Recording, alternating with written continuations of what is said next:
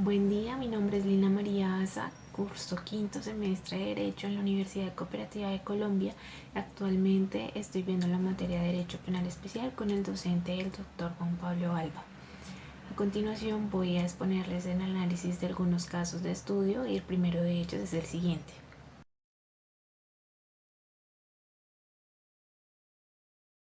Considero que este primer caso no pasa la prueba de tipicidad debido a que Daniela accede a tener relaciones sexuales con su jefe por voluntad propia o con consentimiento, y de esta manera pues es una conducta que no está tipificada dentro de un delito penal. Por esta razón considero que es una conducta que no es del interés del derecho penal especial.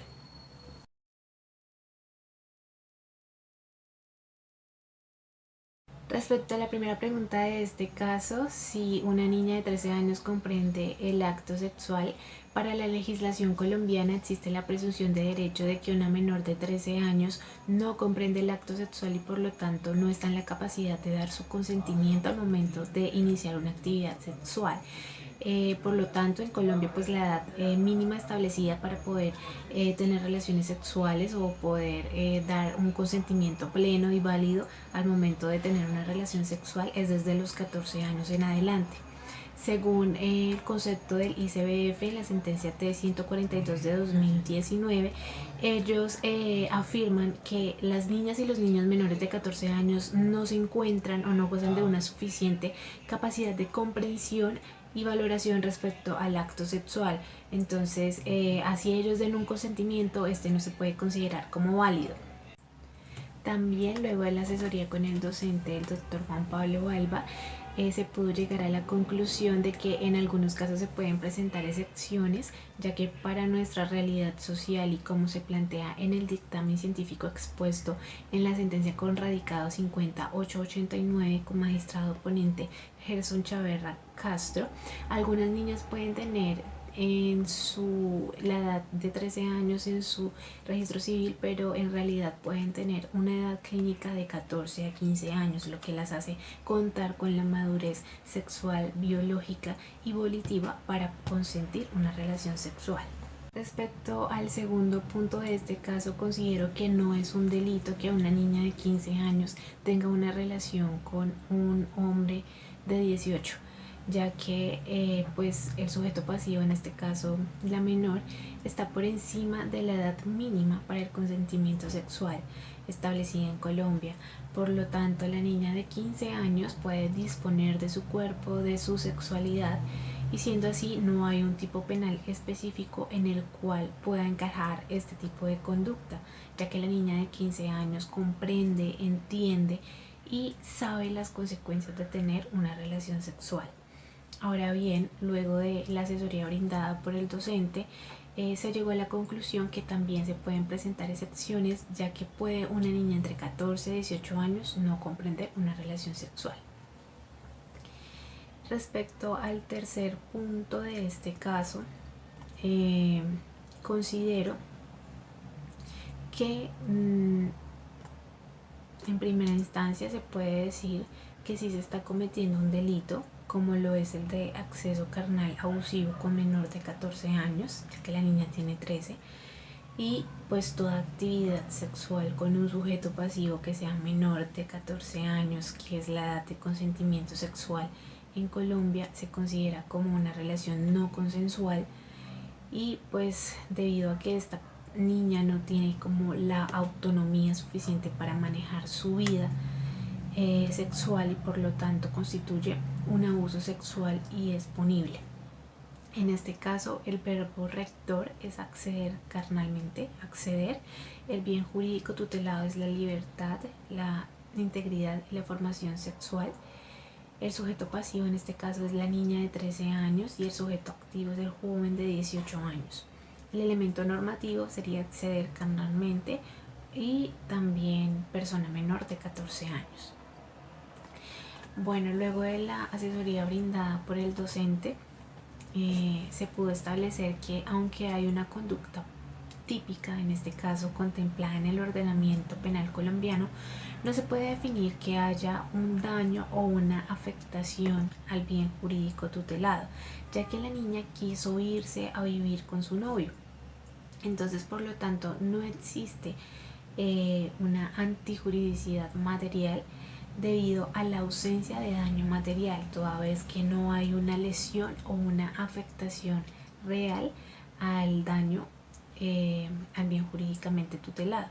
Por ende, tampoco hay culpabilidad. Entonces se podría entrar a debatir si realmente existe un delito, pues si se declara a este joven culpable y se le condena enviándolo a la cárcel, se puede llegar a afectar en alguna manera la salud de la menor, pues se genera una ruptura en un hogar que ella conformó y quiso conformar con este joven. Entonces ya entraría como a primar la conservación del grupo familiar.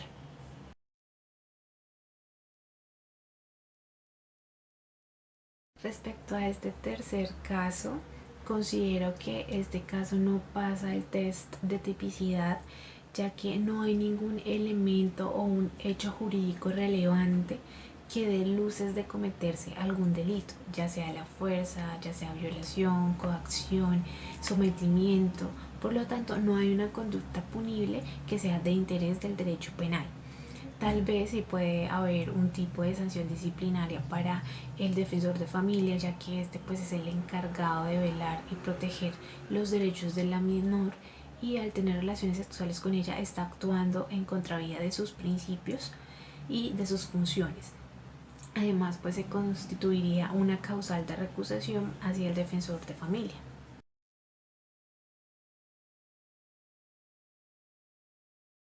Bueno, respecto al caso cuarto, considero que en este caso sí hay un delito. Este caso encuadra perfectamente en el tipo penal estipulado en el artículo 217A, que es referente a la demanda de explotación sexual comercial de persona menor de 18 años de edad.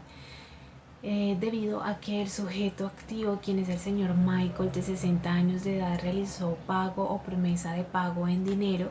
para realizar acceso carnal al sujeto pasivo, quien en este caso es Emilio, con el fin de satisfacer sus deseos y sus placeres sexuales. El verbo rector en este delito es solicitar o demandar. El elemento normativo es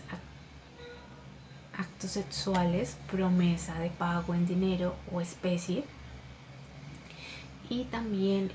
algo importante aquí es tener en cuenta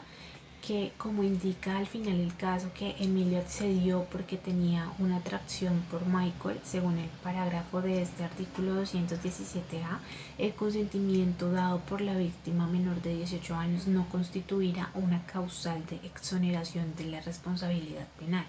Entonces, siendo así, el señor Michael deberá pagar una consecuencia jurídica, ya que está promoviendo eh, tener prácticas sexuales que son causales de prostitución en menor de edad, y por el hecho de ofrecer un pago a cambio de obtener sexo.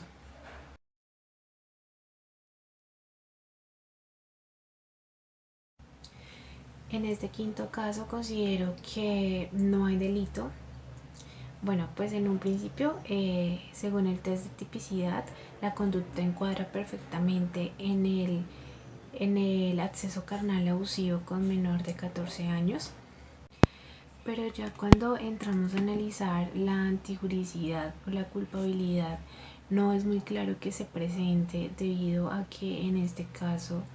pues es uno de los pocos casos o de las excepciones en donde una menor de 14 años consciente y sabe las implicaciones de una relación sexual, tanto así que es ella la que invita al celador de su conjunto a tener relaciones. Entonces, pues en este caso no hay una real afectación al bien jurídicamente tutelado, y por lo tanto no hay una antijuridicidad material. Eh, Tampoco hay una culpabilidad, pues en este caso las relaciones que se tuvieron no fueron bajo violencia, estas fueran consentidas, la menor quiso realizarlas, por lo tanto no hay dolo ni hay una efectiva afectación al bien jurídicamente tutelado, que es la integridad y la formación sexual de la menor. Por lo anterior, considero que en este caso no hay delito. Respecto al caso sexto, que es el siguiente,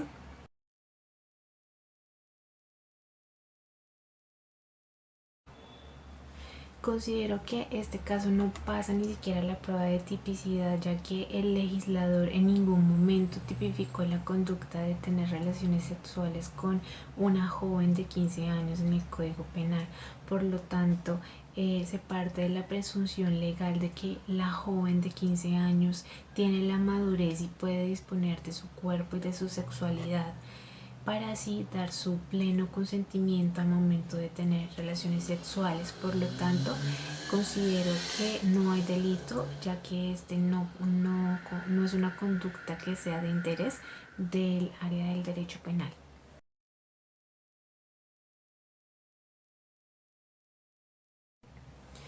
Bueno, considero que en este caso número 7, el delito que existe o que encaja en la conducta es el tipificado en el artículo 207, correspondiente al acceso carnal o acto sexual en persona puesta en incapacidad de resistir, ya que a pesar de que indica que hubo pleno consentimiento de la relación sexual en el caso, algo que es imposible de creer, ya que se debe entrar a analizar la imagen de superioridad o de autoridad que debieron generar los 8 uniformados junto con sus armas ante la niña, quien, no teniendo pues otra opción, debió acceder para que no la mataran. Adicional, existe una circunstancia de agravación punitiva, ya que la conducta se cometió con el concurso de otra u otras personas. El sujeto activo pues son los 8 miembros del Ejército Nacional, el sujeto pasivo es la niña indígena, el verbo rector es acceder carnalmente, el elemento normativo en este caso puede ser inferioridad psíquica.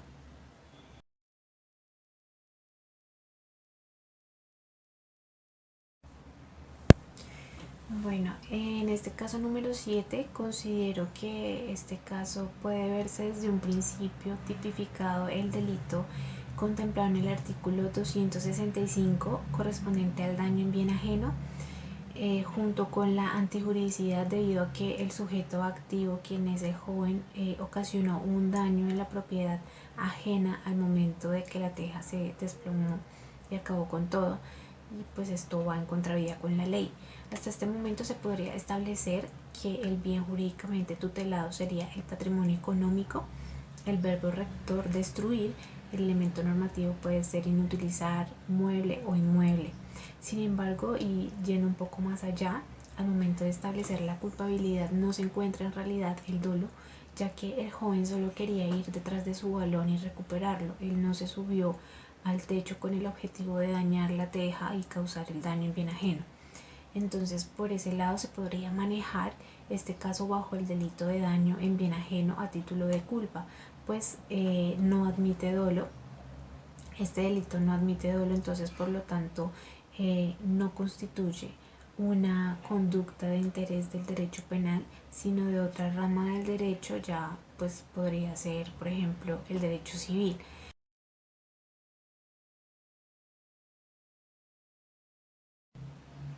Considero que en este caso número 9 existe el delito tipificado en el artículo 210A, referente al acoso sexual, ya que el joven hostiga constantemente y asedia verbalmente a Camila con fines sexuales no consentidos. En este caso el sujeto activo pues es Juan Camilo, quien comete la conducta punible sobre el sujeto pasivo, que en este caso es Daniela. El bien jurídico tutelado sería la libertad, integridad y formación sexual, y el verbo rector o los verbos rectores en este caso serían acosar, hostigar, perseguir, asediar física o verbalmente.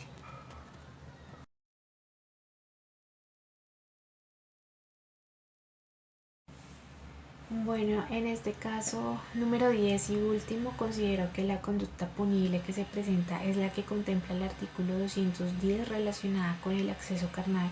o acto sexual abusivo con incapaz de resistir, debido a que tiene que el sujeto pasivo cuenta con un trastorno mental leve permanente que la convierte en una persona que no está en capacidad de comprender el acto sexual o se vulneran las condiciones normales en las que ella pueda dar su aprobación para acceder a la relación sexual. Por otra parte, existe una circunstancia de agravación punitiva, pues hay una relación de poder o el responsable tiene un cargo de docente en la universidad, lo que le genera una posición que le da particular autoridad sobre la víctima o la impulsa a depositar en él su confianza. También, pues como se sabe, la víctima es una persona con limitaciones en sus funciones mentales y a pesar de que la víctima tenía muestras de conciencia en ciertos aspectos de su comportamiento habitual, como en el desarrollo de sus actividades académicas, esto no indica de ninguna manera que hubiese dado su consentimiento pleno para que el agresor ejecutara el acto de la relación sexual. La voluntad de la víctima fue completamente manipulada por el agresor, quien, aprovechándose de la confianza depositada en él por la mujer, decidió llevar adelante la relación sexual, además basándose en su consentimiento, que es viciado. El sujeto activo en este caso pues es el docente, el sujeto pasivo es Daniela, la estudiante, el bien jurídico tutelado es la libertad, integridad y formación sexual, el verbo rector es acceder carnalmente y el elemento normativo sería la inconsciencia, el trastorno mental.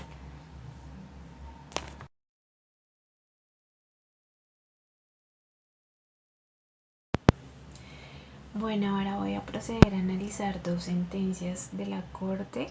La primera de ellas es la sentencia con radicación número 50889, cuyo magistrado ponente es el doctor Gerson Chaverra Castro. En esta sentencia voy a analizar las siguientes preguntas o los siguientes ítems.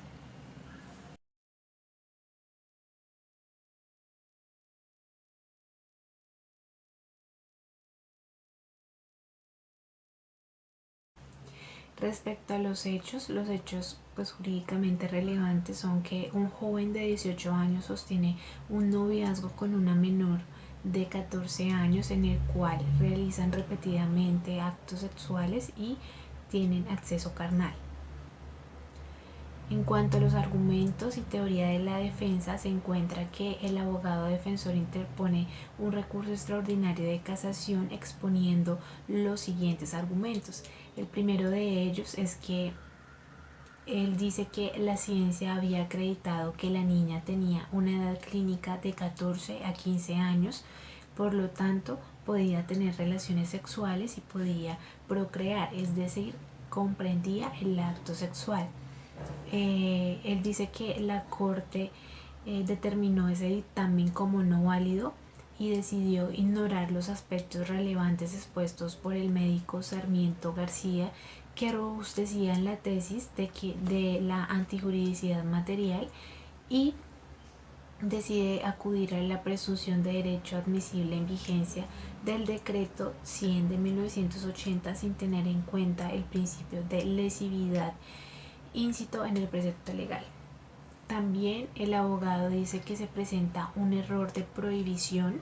debido a que el joven de 18 años estaba en un contexto escolar donde jamás pensó que el hecho de sostener un noviazgo con una menor de 14 años fuera un delito, pues no sabía que esa conducta estaba prohibida por la ley. Así, el mismo acusado expresa, abro comillas, no pensé que querer, amar, respetar, valorar y entregar lo mejor de mí a una mujer fuera un delito en Colombia, lo que denota que en ningún momento quería aprovecharse de la menor y por ende no hay una prueba contundente y evidente de que existió un daño a un bien jurídicamente tutelado de la menor. En cuanto a los argumentos de la Fiscalía y las demás partes intervinientes se encuentran, primero, el de la Fiscalía. Dice que en los delitos de acceso carnal abusivo con menor de 14 años y actos sexuales con menor de 14 años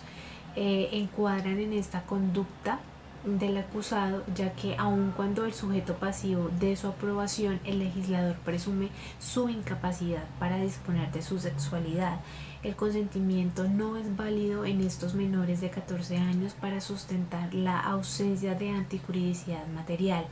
Dice también la Fiscalía que el juzgador omitió aspectos de los testimonios importantes del señor Marco Antonio Correa y del acusado, los cuales son determinantes para aprobar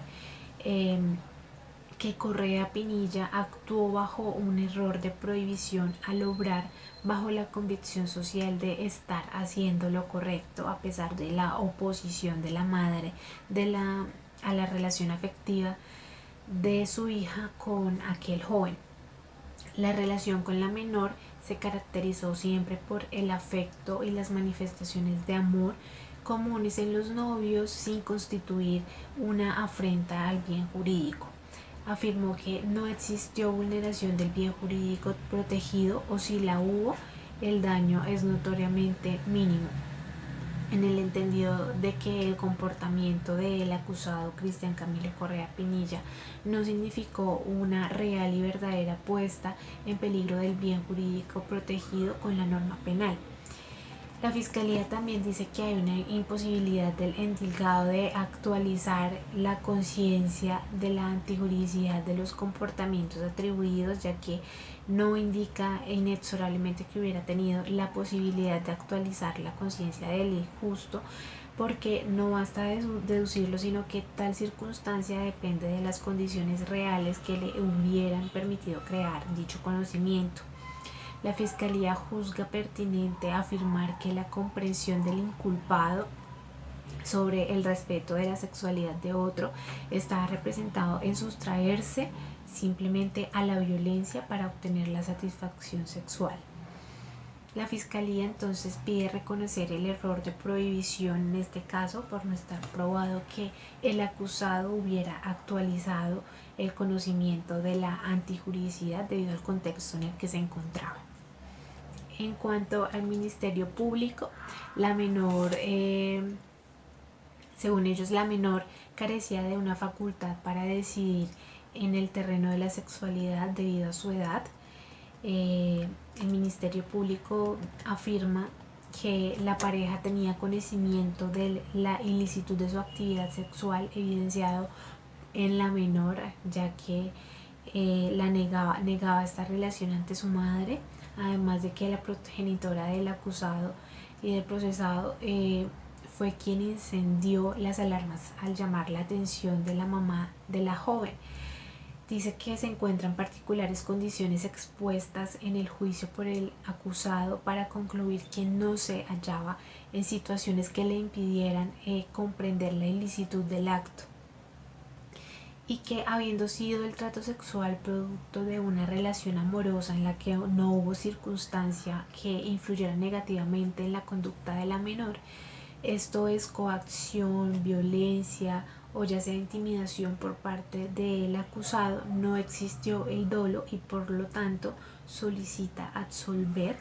al acusado. En cuanto a las consideraciones de la Corte, se encuentra que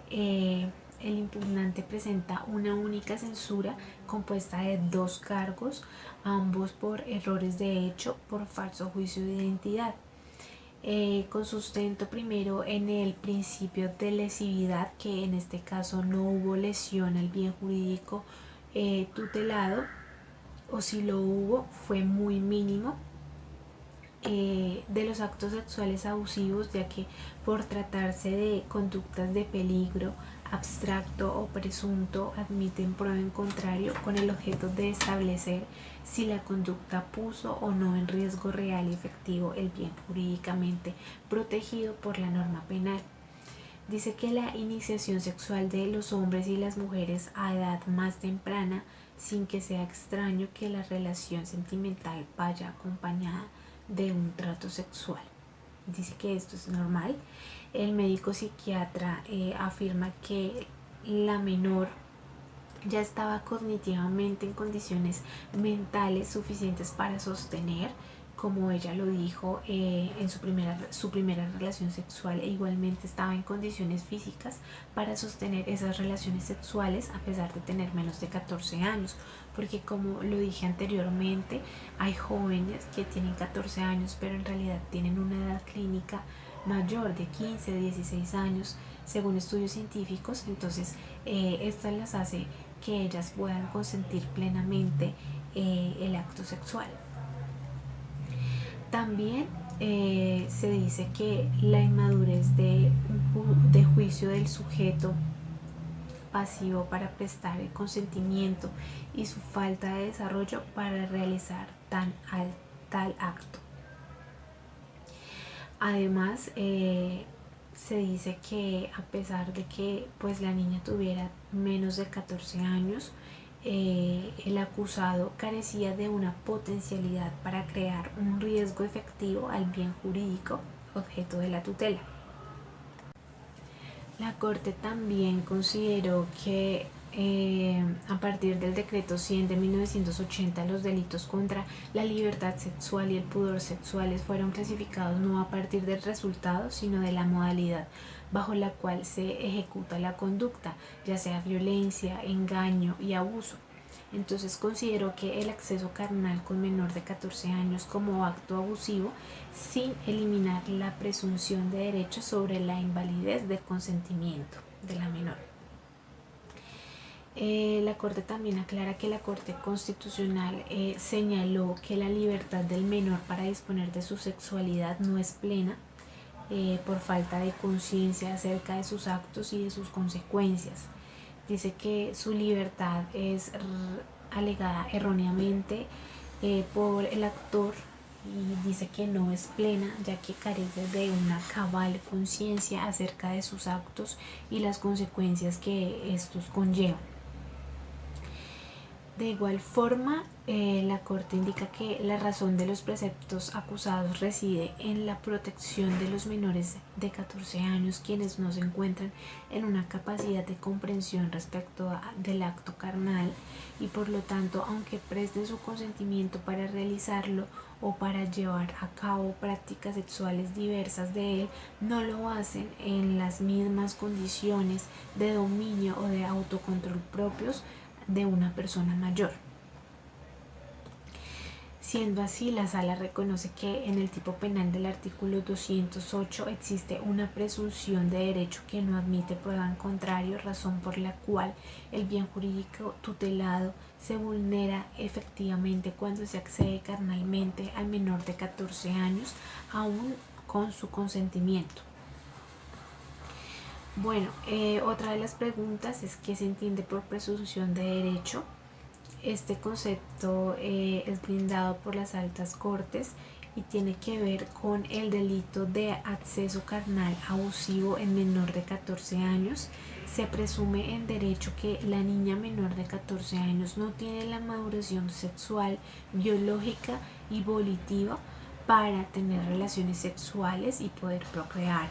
Considera que un determinado hecho o acontecimiento es verdadero y aprobado por la ley mientras no se demuestre lo contrario. Eso es la presunción de derecho. ¿Qué se entiende por error de prohibición? El error de prohibición se estructura cuando el autor obra en la creencia equivocada de que su comportamiento es totalmente lícito y que no constituye un delito, porque ignora la existencia de la prohibición o supone que la norma no rige, es inaplicable por ser contraria a la Constitución política o ha sido derogada. Este error de prohibición deja indemne el dolo que integra el tipo penal. Al recaer sobre la conciencia del injusto, impone la absolución del autor por el hecho doloso. Si la misma podía ser superada, subsiste la responsabilidad penal, siendo el sujeto pasible de pena atenuada. En la sentencia de estudio, el joven Cristian Camilo Correa Pinilla no tenía conciencia de la antijuridicidad de su conducta, por lo que se dice que actuó bajo un error de prohibición, por lo que al obrar bajo la convicción social de estar haciendo lo correcto. Él no sabía que estar con una menor de 14 años era un delito.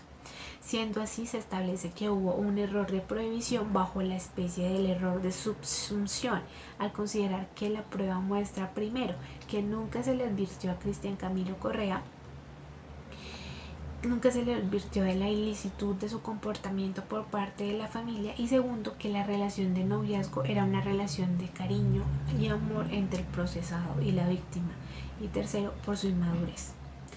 Otra de las preguntas es ¿qué se entiende por acceso carnal abusivo? Pues este está tipificado en el artículo 208 del Código Penal. Es cuando una persona mayor de edad o mayor de 14 años tiene relaciones con alguien menor de 14 años. El elemento normativo es persona menor de 14 años, la pena es de 12 a 20 años, y la característica principal de esta conducta es que no hay violencia durante el acceso carnal y media el consentimiento de la víctima. Acá en esta sentencia hay una aclaración de voto, la cual consigna las razones por las cuales uno o varios de los jueces, aunque estén de acuerdo con la sentencia en su parte resolutiva, no comparten algunos motivos en que se fundan. Entonces, en esta sentencia encontramos la aclaración de voto del doctor Eugenio Fernández Carlier. Él dice que la absolución debió proferirse por ausencia de dolo valorado, esto es, no haberse tenido conciencia de la antijuridicidad. Al incriminado no le era exigible, conforme a las reglas culturales de formación y de vivencia, una conducta diferente. Dice que no hubo antijuridicidad, hubo ausencia de dolo antimaterial, y por lo tanto este es el salvamento de voto de él, donde indica que jamás se atentó contra el bien jurídico tutelado. También dice que debió excluirse la ilegalidad de la valoración médica que la madre hizo practicarle a la menor, en este caso la víctima, sin que ésta diera su consentimiento en procedimiento vinculado con su derecho a la intimidad. También se encuentra el salvamento de voto del magistrado Acuña Vizcaya, quien manifiesta que el error de prohibición que presume el acusado de pensar que todos sus actos eran lícitos y eran producto del amor hacia la niña no lo impiden en actualizar el conocimiento de lo injusto de su conducta. Además, el acusado sabía de la preocupación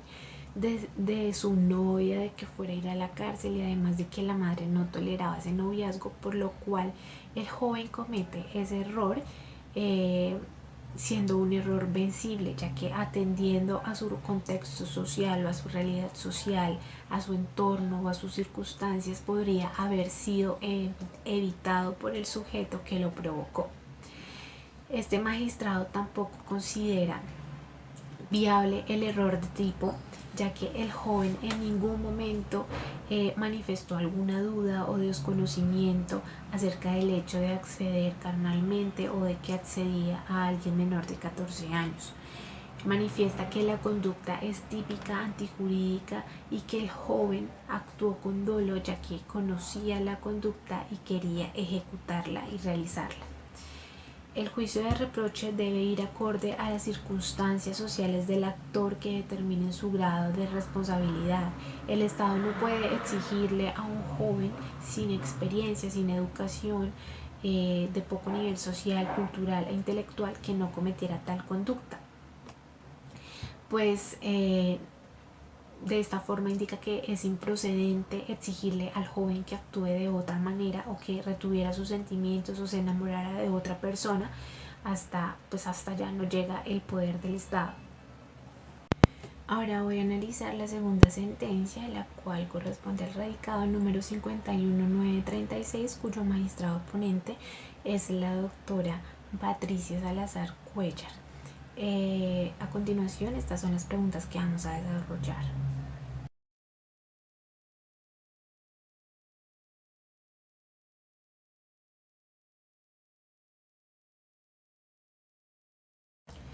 Los hechos jurídicamente relevantes, pues todo sucede en la ciudad de Tuluá.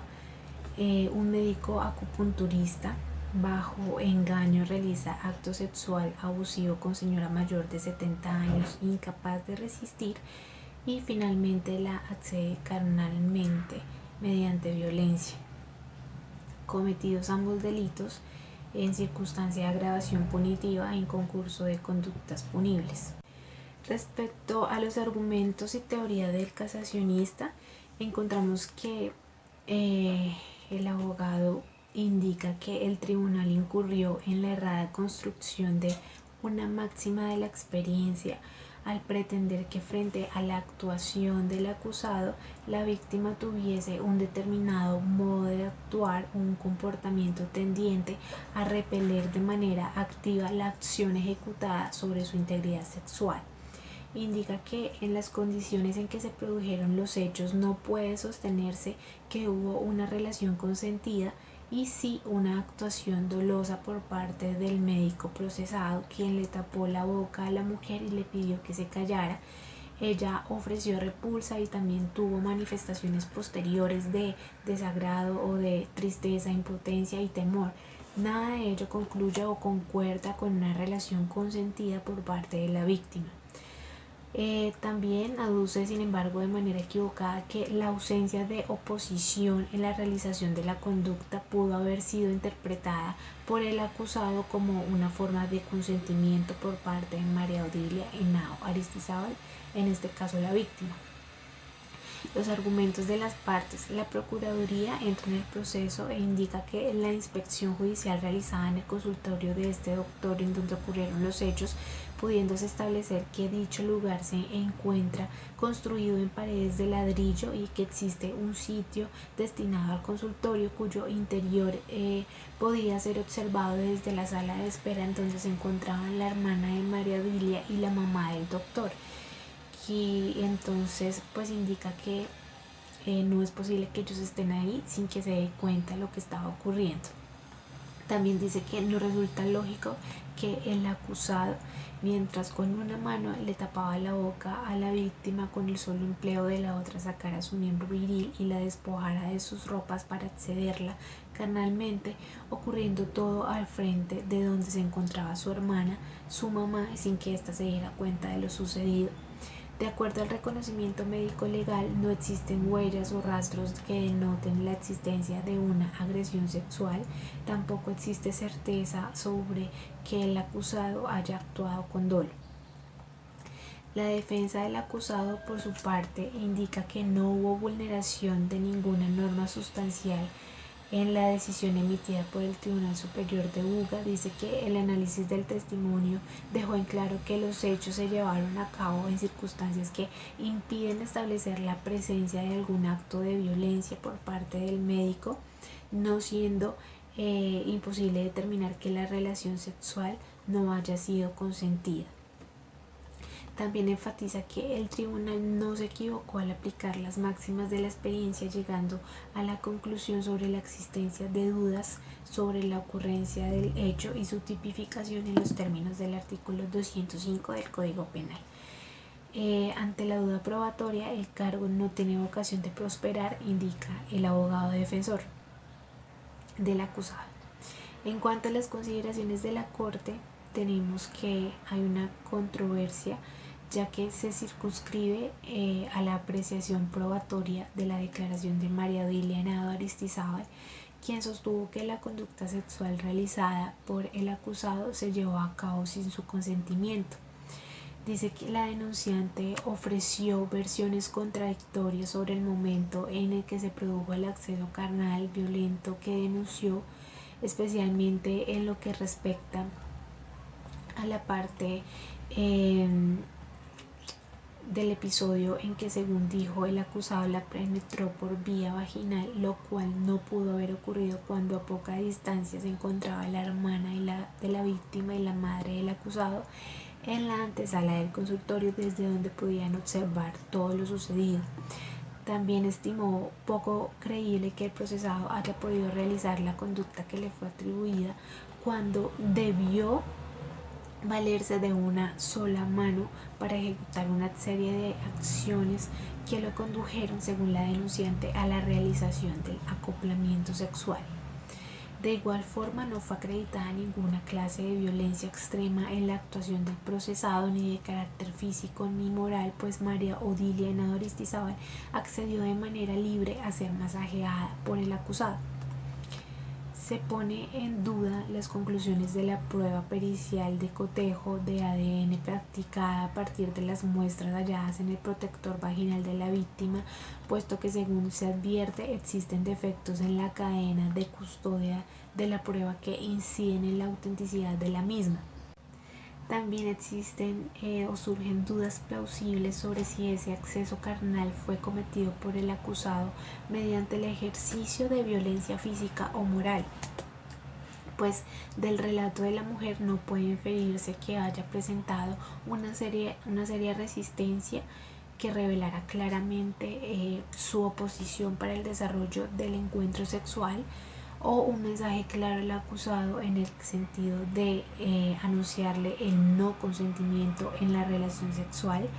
No se desvirtuó la presunción de inocencia del acusado. Bueno, en cuanto a las consideraciones sobre la existencia del hecho y de la conducta punible, se puede decir que la Corte advierte que están planteados dos problemas jurídicos, ambos de naturaleza probatoria. En primer lugar, está si en el curso de los hechos se consumó una relación sexual entre María Odilia y el médico acusado Carlos Enrique Ávila Barbosa, y en segundo lugar, establecer si ese encuentro sexual ocurrió bajo su consentimiento o por el contrario fue fruto de un acto de violencia desplegado por el acusado. Entonces, de la existencia del encuentro sexual entre María Odilia Henao y el médico acusado, no encuentra la sala factible que la presencia del material genético en cuestión, constitutivo de la mezcla de los perfiles de Carlos Enrique Ávila Barbosa y María Odilia Henao Aristizábal, haya sido consecuencia de una transferencia de material genético producto del mal manejo de las evidencias, como se ha querido mostrar por la defensa del acusado. Las peritas biológicas atrás dicen que enfatizaron en que las pruebas empleadas para sus estudios fueron sometidas con rigor